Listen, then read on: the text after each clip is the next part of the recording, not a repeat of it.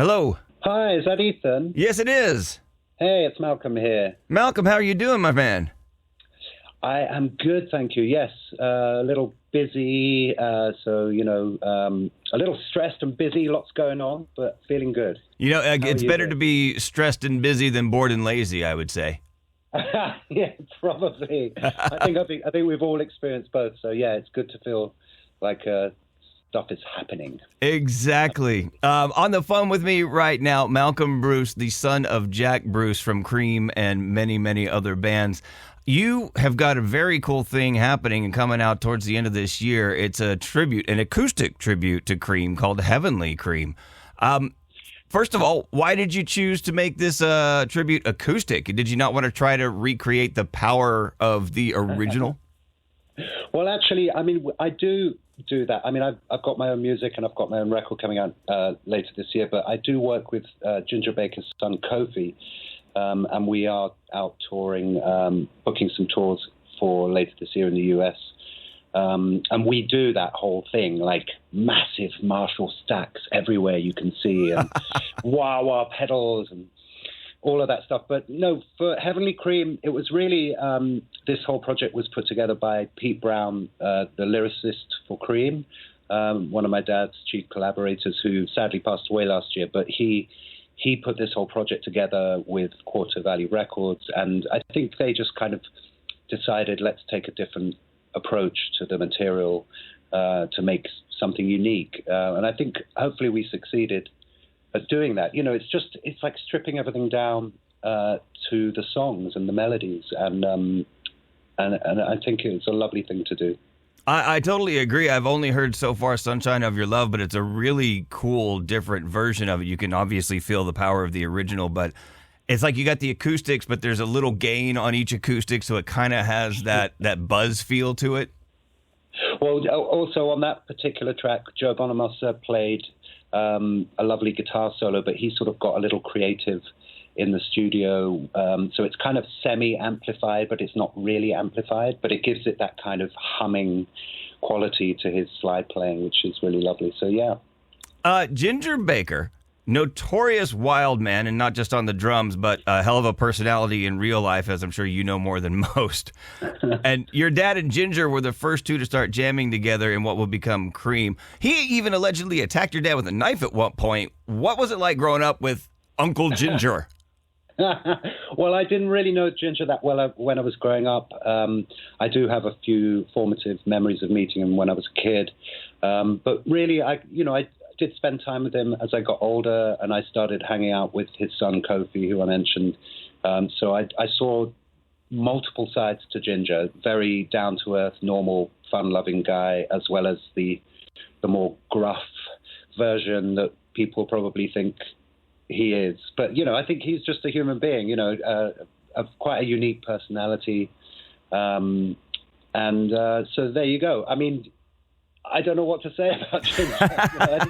I just think there were, if you talk to anybody that really knew him, they would probably say the same thing. There were two sides to him. He'd put up a wall and be quite rude to people, or very rude to people. But there was another side that was sensitive and intelligent and kind. So that's what being a human is, I guess.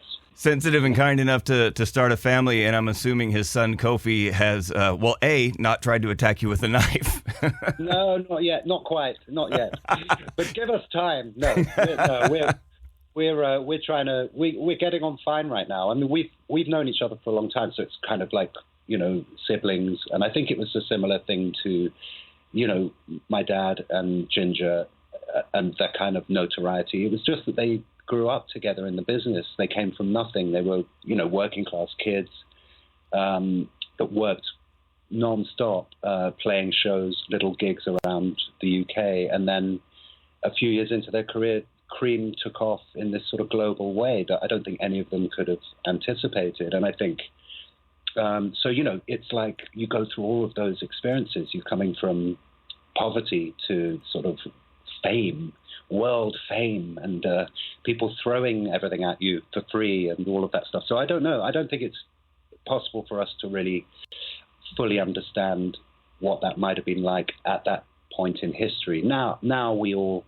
understand about the game of being famous and all of that. It's kind of almost like you have to go to university to get a degree and how to become famous, how to use a publicist, what should you say, what shouldn't you say. But they weren't doing it like that back then. They were sort of on the vanguard of something that was completely new. So yeah, I try to practice non-judgment in terms of people's knife-throwing behaviors.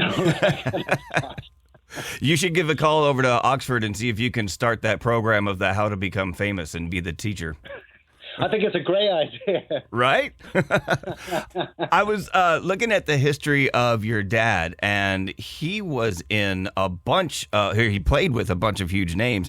John Mayall and the Blues Breakers, Manfred Mann. He teamed up with Leslie West a little bit after Cream. How did that career start for him? I mean, that's just, it's mind-blowing for most of us, Yeah, I mean, I don't think, as I said, I don't think any of them could have anticipated what ended up happening in their careers. My dad started, he's from Glasgow, Scottish guy with carrying around a big double bass around the city, and he ended up going to music college for a while, then left and went to Italy to play on a U.S. Air Force base, probably around 1960, and then 61 onwards he was based in London. He met Ginger very early on, and an amazing sax player called Dick Hextall Smith, who was very influential in the British blues and R&B and jazz scene. And then they joined this band, Alexis Corner's Blues Incorporated, that originally had Charlie Watts on drums when my dad was on bass. Then Charlie left to join the Stones, and Ginger became the drummer in that band. A guy called Graham Bond joined, playing Hammond organ and saxophone, and then they broke away and formed the Graham Bond organization that Robert Stigwood was managing, that went on to manage Cream. So yeah, I think they were just working musicians in the sense that they were playing shows, club shows around the UK, and then this whole thing exploded.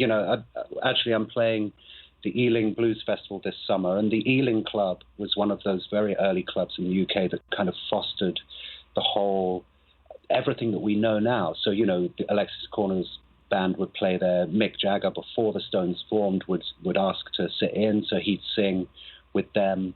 And the Moody Blues were around, all of these sort of people. And this was, we're talking 1961, 1962, there was the Marquee Club. And then a few years, after a few years of playing in different bands, and as you mentioned, my dad played with John Mayall, played with Manfred Mann and those kinds of things. And then when Cream formed in 1966, it was, again, around, I guess the Beatles had their success, but The Who were coming out and all those other incredible bands around that time.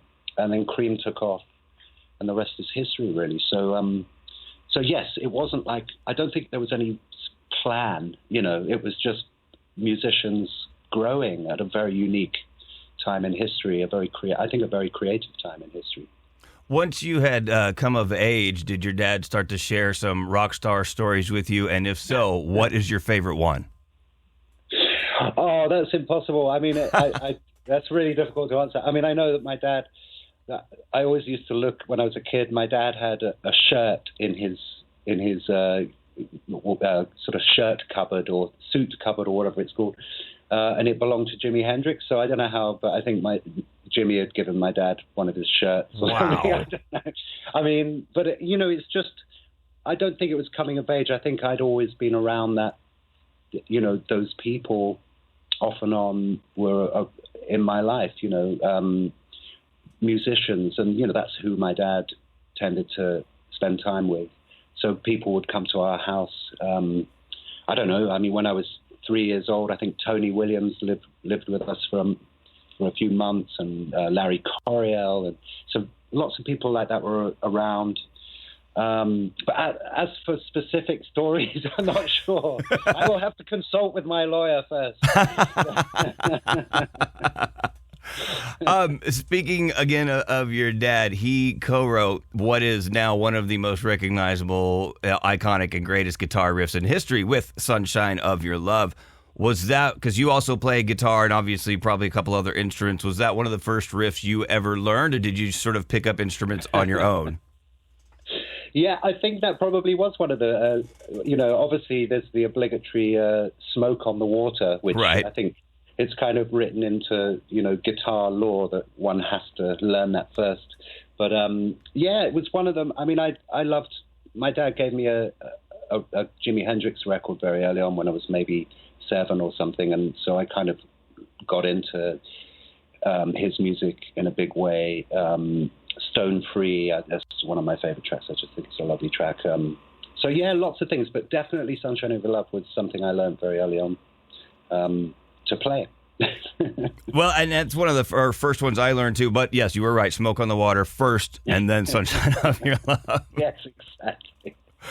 Getting back to the band, obviously Cream is like British musical royalty, and it's got you. You had Ginger, who left us in 2019, but he recorded those tracks that you used. You've got Paul Rogers, and then you went with Joe Bonamassa, and he's an amazing guitarist, but he's the only non-British member. How did you pick Joe above all of the UK guitarists out there? Well, we also have Bobby Rush, another amazing talent, who's just won a Grammy. Oh, wow. For the 3rd time. So, yeah, I mean, I think the thing with Joe is that he'd worked with Eric, and he did a show with my dad in the UK, I believe, and he hadn't worked with Ginger. And, I think Joe is a bit of a fan of Cream. That's the kind of style, one of the bands that I would imagine he kind of was influenced by. And so when we asked him to do something with Ginger, I think it was nice for him. But also he had a friendship with Bernie Marsden, who's all over this record. Bernie's another guy that passed away last year, sadly. But Bernie and Joe were good friends. They kind of both had extensive guitar collections. Yes, that's for sure. So yeah, I think it just sort of made sense. We, in the business sense, it's nice to have someone like Joe because he's, aside from being such a wonderful musician, he's a big name, and that's nice to have a name like that on a record. It makes it interesting. But I think ultimately, because he was friends with Bernie, it just made sense to ask him, and he agreed. So it was great. Out of the 4 albums that Cream released in their short but impressive career, how did you guys go about picking the songs that you wanted to include on this tribute? I think mostly that was Pete Brown with talking with Rob Cass, the producer, and I think remember this is 5 years ago, so I have to look back in the deep recesses of my mind. But right. But I think we did talk about it, but it sort of became obvious which songs were important to have, and then there's a few that are less obvious. Something like Theme for an Imaginary Western, which was a co-write between my dad and Pete Brown. That was included, even though it wasn't a Cream song, they actually did a demo of it, and then it was rejected by the label, or I don't know why they didn't pursue it as a Cream song.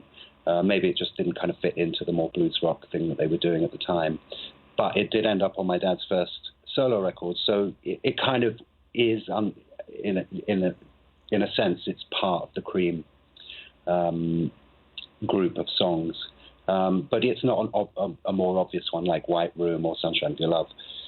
So, I think, also working with someone like Bobby Rush, who, is a true blues man in that sense. We got him to do Spoonful and Sitting on Top of the World, which were 2 kind of classic blues songs that Cream themselves covered. They loved that music, so they covered those songs themselves. So yeah, we just kind of figured it out organically overall, I think. Awesome. Now, obviously, Malcolm, you are much more than just your dad's son and much more than just a tribute artist for Cream.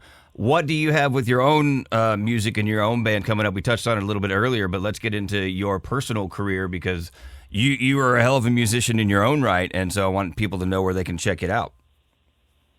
Yeah, I mean, I'm in the middle of making a record called Fake Humans and Real Dolls, so that will be out later this year, and I'll be touring in support of that.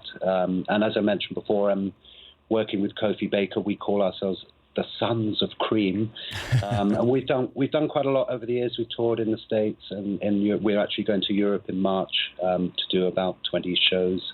So yeah, lots going on, and people can check it out, malcolmbrucemusic.com, and I'm on all the social media as well. Yeah, you kind of have to be these days, don't you? Yes, in fact, I'm not a musician anymore. I'm a guy that sits in front of a computer clicking stuff. You're a social media influencer who can play the guitar, right? Yeah, exactly. Yeah, let's get our priorities right. Influencer first. Heavenly Cream, an acoustic tribute to Cream, is going to be out on Quarto Valley Records November 3rd, and I'll put links up to your solo stuff as well as to when it'll be out. Thank you for taking the time to talk to me, Malcolm. Can't wait for this, and I'll share the acoustic version of Sunshine with everybody as well. And have a great day, my friend. Thank you so much, Ethan. You too.